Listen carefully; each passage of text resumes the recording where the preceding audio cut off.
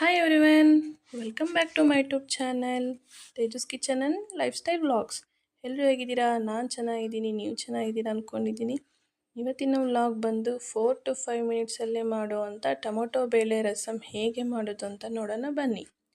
ಇದಕ್ಕೆ ಬೇಕಾಗಿರೋ ingredients tomato ಬೇಳೆ, ಈರುಳ್ಳಿ, ಬೆಳ್ಳುಳ್ಳಿ. ಚಿಕ್ಕ ಗ್ಲಾಸಲ್ಲಿ 2 ಗ್ಲಾಸ್ ಆಗೋಷ್ಟು ಬೇಳೆ ತಗೊಂಡು ಟೊಮೊಟೊ, ಈರುಳ್ಳಿ ಎಲ್ಲ ಹಚ್ಕೊಂಡು ಇಟ್ಕೊಂಡು ಸ್ವಲ್ಪ ಹುಣಸೆ ಹಣ್ಣು ನೆನೆ ಹಾಕ್ಕೋಬೇಕು. ನಿಮಗೆ ಹುಳಿ ಜಾಸ್ತಿ ಬೇಕು ಅಂದರೆ ಹುಣಸೆ ಹಣ್ಣನ್ನು ಹಾಕ್ಕೊಳ್ಳಿ, ಇಲ್ಲ ಅಂದರೆ ಹುಣಸೆ ಹಣ್ಣನ್ನು ಸ್ಕಿಪ್ ಮಾಡ್ಕೊಳ್ಳಿ.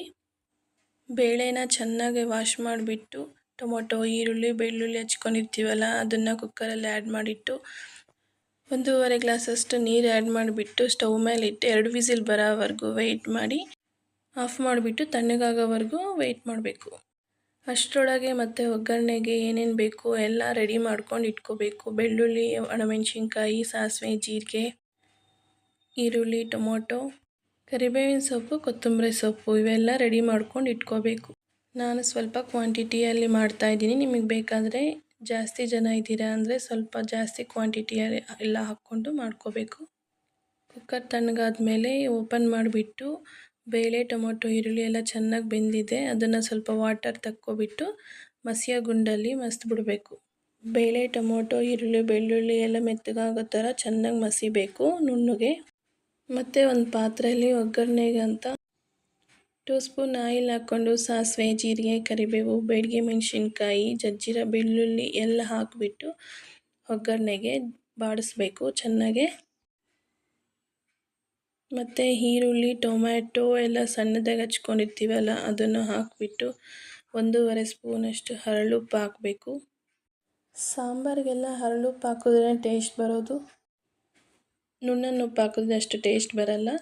ಮತ್ತು 1.5 ಸ್ಪೂನಷ್ಟು ಖಾರದ ಪುಡಿ, 1.5 ಸ್ಪೂನಷ್ಟು ರಸಮ್ ಪುಡಿ. ಇದಕ್ಕೆ ರಸಮ್ ಪುಡಿ ಮಾತ್ರ ಹಾಕಬೇಕು, ಸಾಂಬಾರು ಪುಡಿ ಹಾಕೋಕ್ಕೆ ಹೋಗಬೇಡಿ, ಟೇಸ್ಟ್ ಬೇರೆ ಥರ ಆಗೋಗುತ್ತೆ. ಓನ್ಲಿ ರಸಮ್ ಪೌಡರ್ ಮಾತ್ರ ಹಾಕಬೇಕು. ಏಕೆಂದರೆ ನಾವು ಟೊಮೊಟೊ ಬೇಳೆ ರಸಮ್ ಅಲ್ವಾ ಮಾಡ್ತಾ ಇರೋದು. ಎಲ್ಲವನ್ನು ಹಾಕ್ಕೊಂಡು ಈ ಥರ 2 ಸೆಕೆಂಡ್ ಮಿಕ್ಸ್ ಮಾಡ್ಕೋಬೇಕು. ಆಮೇಲೆ ಟೊಮೊಟೊ, ಬೇಳೆ, ಈರುಳ್ಳಿ, ಬೆಳ್ಳುಳ್ಳಿ ಏನೇ ಮಸ್ತಿಟ್ಕೊಂಡಿರ್ತೀವಲ್ಲ ಅದನ್ನು ಇದರಲ್ಲೇ ಆ್ಯಡ್ ಮಾಡ್ಕೋಬೇಕು. ಅದಾದ ನಂತರ ಹುಣಸೆ ಹುಳಿ ನೆನೆ ಹಾಕ್ಕೊಂಡಿರ್ತೀವಲ್ಲ ಅದನ್ನು ಚೆನ್ನಾಗಿ ಹುಣಸೆ ಹುಳಿನ ಹಿಂಡ್ಕೊಬಿಟ್ಟು ಇದರಲ್ಲಿ ಮಿಕ್ಸ್ ಮಾಡಿಕೊಂಡು ಒಂದು 2-3 ನಿಮಿಷ ಬಿಟ್ಬಿಡಬೇಕು. ಸಾಂಬಾರು ಚೆನ್ನಾಗಿ ಕುದ್ರೆ ಚೆನ್ನಾಗಿ ಟೇಸ್ಟ್ ಬರುತ್ತೆ. ಇದರಲ್ಲೇ ನೀವು ಬೆಲ್ಲ ಬೇಕಾದ್ರೆ ಆ್ಯಡ್ ಮಾಡ್ಕೋಬೋದು. ನಾನು ಬೆಲ್ಲ ಹಾಕಿಲ್ಲ, ನಿಮಗೆ ಬೆಲ್ಲ ಬೇಕು ಅಂದರೆ ಹಾಕ್ಕೋಬೋದು. 2-3 ನಿಮಿಷ ಸಾಂಬಾರು ಕುದಿಬೇಕು. ಚೆನ್ನಾಗಿ ಕುದ್ದಾದ್ಮೇಲೆ ಸ್ವಲ್ಪ ಕೊತ್ತಂಬರಿ ಸೊಪ್ಪು ಆ್ಯಡ್ ಮಾಡ್ಕೋಬೇಕು. ಈ ಸಾಂಬಾರು ಇಡ್ಲಿ ಜೊತೆ, ರೈಸ್ ಜೊತೆ, ಮುದ್ದೆ ಜೊತೆ ಚೆನ್ನಾಗಿರುತ್ತೆ. ನೀವು ಟ್ರೈ ಮಾಡಿ ಹೇಗೆ ಬಂದಿದೆ ಅಂತ ಕಮೆಂಟ್ ಮಾಡಿ. ಬಿಸಿ ಬಿಸಿ ಅನ್ನ ಜೊತೆ ರಸಮ್ ಹಾಕ್ಕೊಂಡು ಒಂದು ಸ್ವಲ್ಪ ತುಪ್ಪ ಹಾಕ್ಕೊಂಡು ತಿಂದಿದ್ದೀವಿ ಅಂದರೆ ತುಂಬ ಚೆನ್ನಾಗಿರುತ್ತೆ. ನೀವೆಲ್ಲ ಟ್ರೈ ಮಾಡಿ. ಯಾರಿಗೆಲ್ಲ ವಿಡಿಯೋ ಇಷ್ಟ ಆಗಿದೆಯೋ ಲೈಕ್ ಮಾಡಿ, ಶೇರ್ ಮಾಡಿ.